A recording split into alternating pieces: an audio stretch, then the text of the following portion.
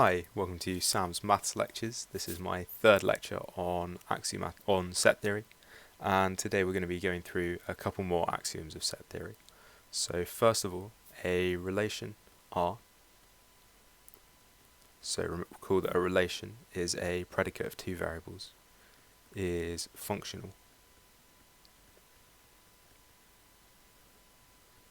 if for every element x there exists a unique element y such that R of xy is true.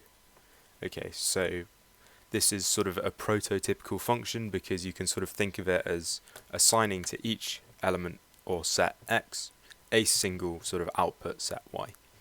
So it's a prototypical function. It's not quite a function because we don't have the idea of a sort of domain and codomain, because this is just sort of on the universe itself, but it allows us to sort of turn sets into other sets using functions, and so we ought to have an axiom that says that when we use this functional relation on a set, we get another set. So that is called the axiom of replacement.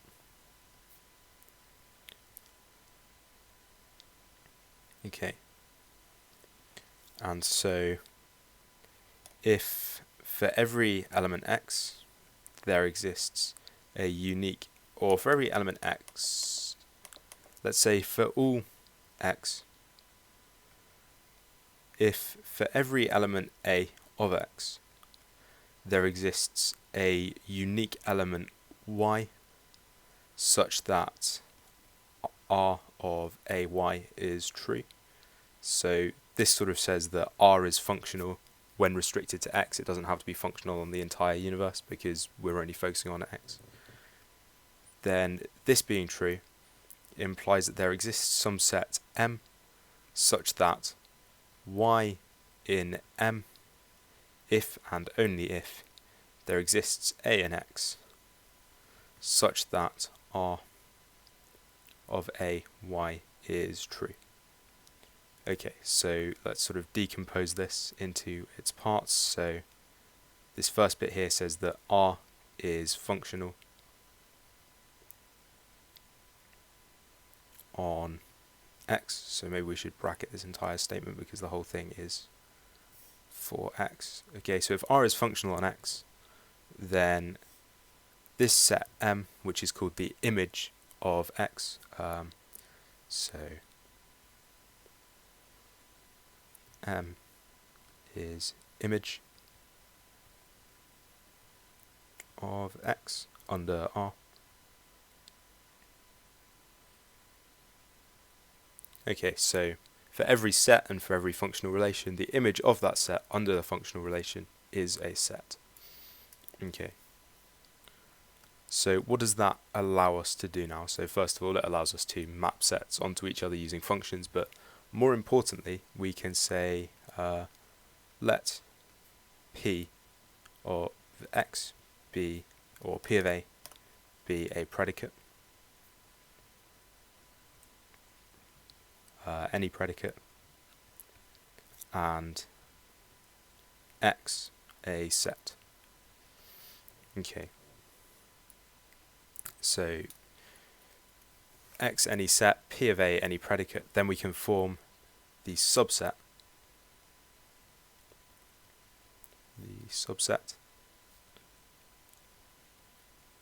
of those elements of x which satisfy P.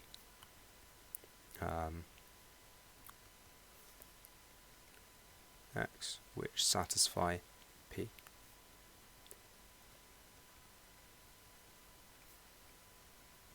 Of A, which is just the set A and x such that P of A is true. Okay, so this is very similar to the sort of previous comprehensive set that we had, but this is called the principle of restricted comprehension because we must have this being the subset of another set. We aren't just saying all A such that P of A, so this is unrestricted comprehension. This isn't allowed because this leads to things such as Russell's paradox. Okay, and we do this by saying if for every element a in x, p of a is false, then we just set the sort of restriction of x to p as equal to the empty set. Otherwise, for all a in x, then if p of a is true, then we give this functional relation by a, so a just maps onto itself. Otherwise, for p of a false, then r of a is some a prime, where a prime belongs to x has p of a prime true. Okay, so we just map any elements that don't satisfy p onto one that does, and if there are no such elements, we just get rid of the set. Okay, so that's quite useful, and restricted comprehension allows us to do many things. So first of all, we can now take an indexed family of sets, so we can take, for any set I, a collection of sets ui, where I is in I, just by taking a functional relation on I, which maps it into the universe of sets, and then we take a set for each one. Okay, and then so we may now take the union of the set of sort of, we'll call it the relation of I. The union of the relation set, so the image set of I, if we use this notation for that. And we can write this as the union for all I in I of ui. So this is the indexed union notation, which we're sort of generally more familiar with than the sort of union of I or whatever. Okay, and then we can also take the intersection of a set X as being equal to those elements A of the union of X, such that for every S in X, A is in S. Okay, so this is the intersection of the set X, so those elements which belong to every member of X, which is obviously a subset of the union, because in order to belong to every set, you must belong to one set. Okay, so that's the intersection. And likewise, we can have the intersection of R of I as equal to the intersection of all I and I of ui. And then we have the complement. So the complement X without A is the set of elements little x in X, such that X is not an element of A, as so. Okay, and then using these, we can now build up two sort of useful theorems, I guess, called De Morgan's laws. So for some subset, we'll take the ui's as before, X without the intersection I and I ui. So if X belongs to this, then this is equivalent to X in X, and for all I, and X does not belong to the intersection of all I and I ui, which is equivalent to X is in X again, and there must exist some I in big I, such that X is not in ui, because otherwise it would be part of the intersection. Okay, therefore X is in, there exists some I in I, such that X belongs to X without the ui, using just the previous I from before, which means that X belongs to the union over all of the I's of the complement x without ui.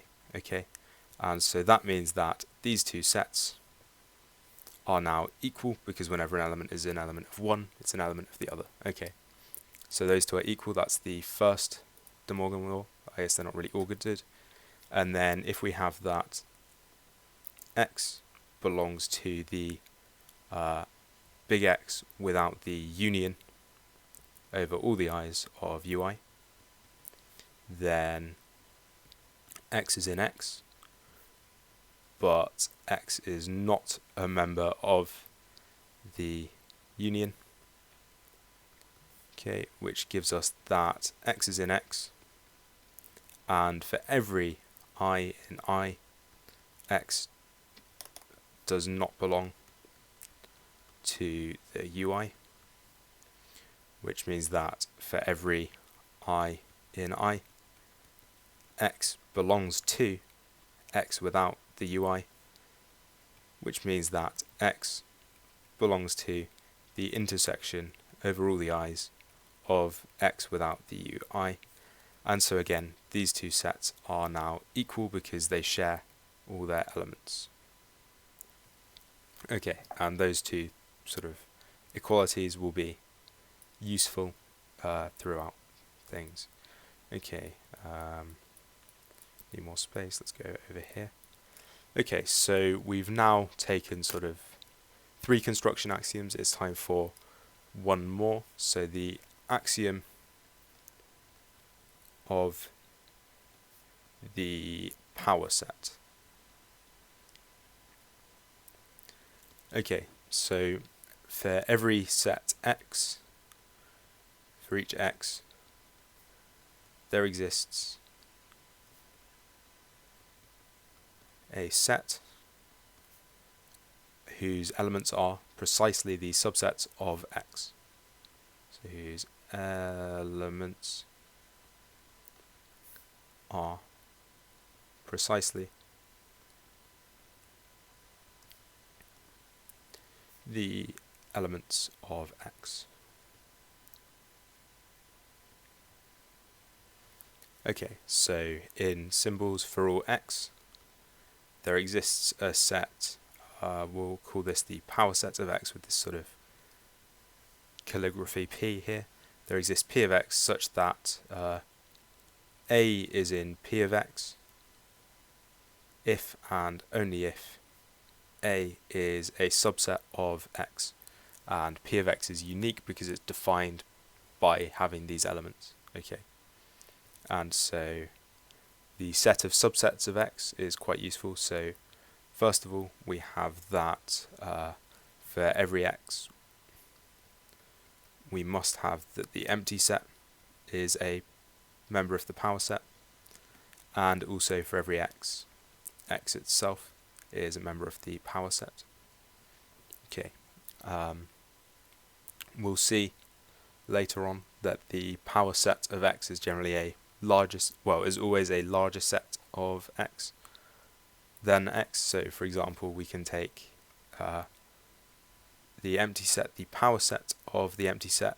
Well, what are the subsets of the empty set? They are the empty set itself, but then we can take the power set of the power set of the empty set, and that's going to be the set containing the empty set and the empty set, and then obviously this is going to continue to grow. Okay, so those are the power sets, and then using all of these as we've had so far, we can now take the product of two sets. So given sets x and y, we may take the Cartesian product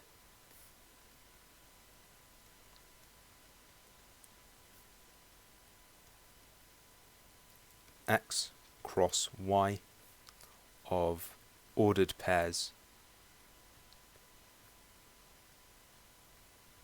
x, y, where little x is in big X and little y is in big Y. Okay, and so the way that we now construct this is that we take For x, y, we take the elements, the set containing the singular x and the pair set x, y. Okay. And then we can see that this is the ordered pairs because, say, this is equal to, let's say, z and zw. Okay, well, we must have that the elements of the two sets are the same, and the elements are the same if only they contain the same things. And so this has one element and this has one element, so we must have that x is equal to z. And then because we already have that x is equal to z, we must then have that y is equal to w. Okay, so this is sort of the pair sets, and we can construct that because x,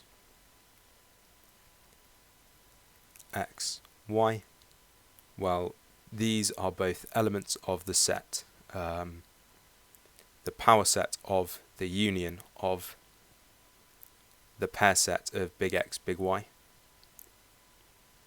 And yep. And so we sort of have that XY is formed from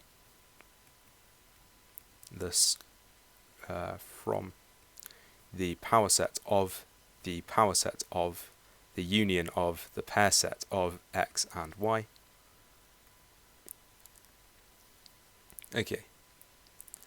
And then clearly this is just a restriction of that set overall, so X cross Y is equal to the set of all those sets, A in the power set of the pair set of the union of the pair set of X, Y, as so, such that A is equal to X, XY,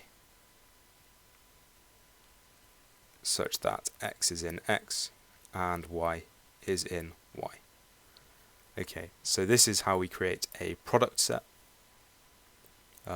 which again is incredibly useful, and we can then extend this to sort of as many product sets as we'd like. It's clear to see through this that the sort of product set X cross Y cross Z is equal to, actually it's not clear yet because we haven't talked about bijections, so we'll do that later on. Okay, I think that about wraps up what I want to do now. So that's the last of the construction axioms done. There are now sort of two more fundamental axioms, and then the axiom of choice and other important properties of functions. Okay, thanks for listening. Bye.